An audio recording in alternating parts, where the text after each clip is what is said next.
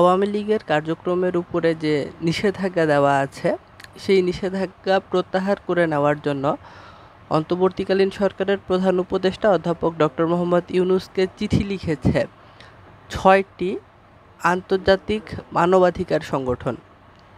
৬ আন্তর্জাতিক মানবাধিকার সংগঠন ডক্টর ইউনূসের কাছে চিঠি লিখে জানিয়েছে যে কোনো রাজনৈতিক দলকেই নিষিদ্ধ করা যাবে না। সকল মতের রাজনীতির যে রাজনৈতিক চর্চা, সেই চর্চার যে সুযোগ, সেই সুযোগটাকে অবারিত রাখতে হবে। প্রত্যেকে তারা তাদের রাজনৈতিক কর্মকাণ্ড পরিচালনা করবে এবং বাংলাদেশ আওয়ামী লীগের উপরে যে তারা তাদের রাজনৈতিক কর্মকাণ্ড পরিচালনা করতে পারবে না, এই মর্মে যে নিষেধাজ্ঞা দেয়া আছে, এই নিষেধাজ্ঞা প্রত্যাহারের আহ্বান জানিয়ে চিঠি লিখেছে।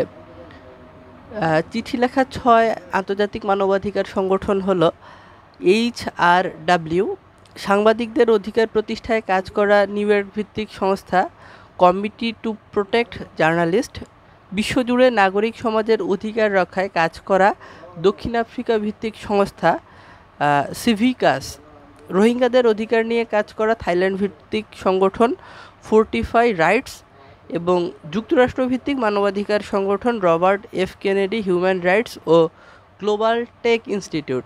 এই ৬ মানবাধিকার সংগঠন আইনের শাসন নিশ্চিত করার এবং মানুষের যে মৌলিক মানবাধিকারগুলো আছে সেগুলো যাতে সমুন্নত থাকায় সেই বিষয়টা অন্তর্বর্তীকালীন সরকারকে আরও বেশি গুরুত্বের সঙ্গে নিশ্চিত করার দাবি জানিয়েছে। এবং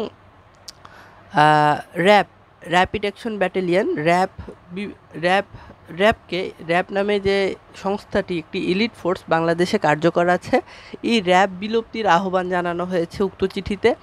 একই সঙ্গে যারা বিভিন্ন ধরনের মানবতা বিরোধী কর্মকাণ্ডের সঙ্গে জড়িত, মানবাধিকার লঙ্ঘন হয় এমন কর্মকাণ্ডের সঙ্গে জড়িত, এই কর্মকাণ্ডগুলোকে কিভাবে কমিয়ে আনা যায় এবং যারা এই মন্দ কাজের সঙ্গে জড়িত, মানবতা বিরোধী কর্মকাণ্ডের সঙ্গে জড়িত, তাদেরকে আইনের আওতায় নিয়ে এসে শাস্তি নিশ্চিত করার দাবি জানিয়েছে। এবং একই সঙ্গে ক্যাপিটাল পানিশমেন্ট হিসেবে যে